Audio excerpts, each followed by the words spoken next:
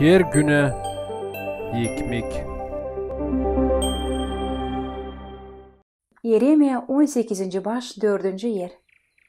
1952 yılda isteyerek sakındırma apavatür insanları market içinde. Marketin sahibisi yazmış yaprakta. Kırdın, yüde. Da asmış onu duvara. Bu laflar sakındırardı insanları market içinde. Da onlar olardılar da açık göz. O kadar ki Farfir marketinde var da nice yazma başka türlü laflar da yaprakta. Herlem siz kırdıysanız bir şey, biz yapıcı sokırıntılardan bir şey ta isle. Kar bu iş için söylenir Yeremia'da 18. başta. Prorok gelip çölmekçinin evine görmüş nice o işleri. Açan yapı işçinin elinde dağılmış, o ezip o toprağı yaparmış ondan başka bir şey.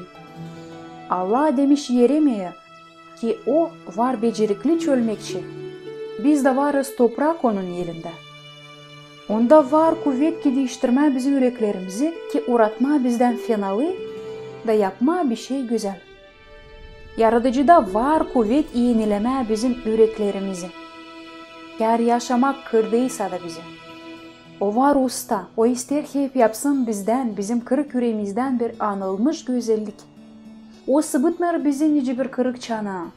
Bizim yanlışlıklarımızı atıp bir tarafa toplayır insandan bir yeni hem ta isla yaratılış. Kar olsak kırık da, dağınık da. Biz kalırız Allah'ın gözünün önünde bağlı.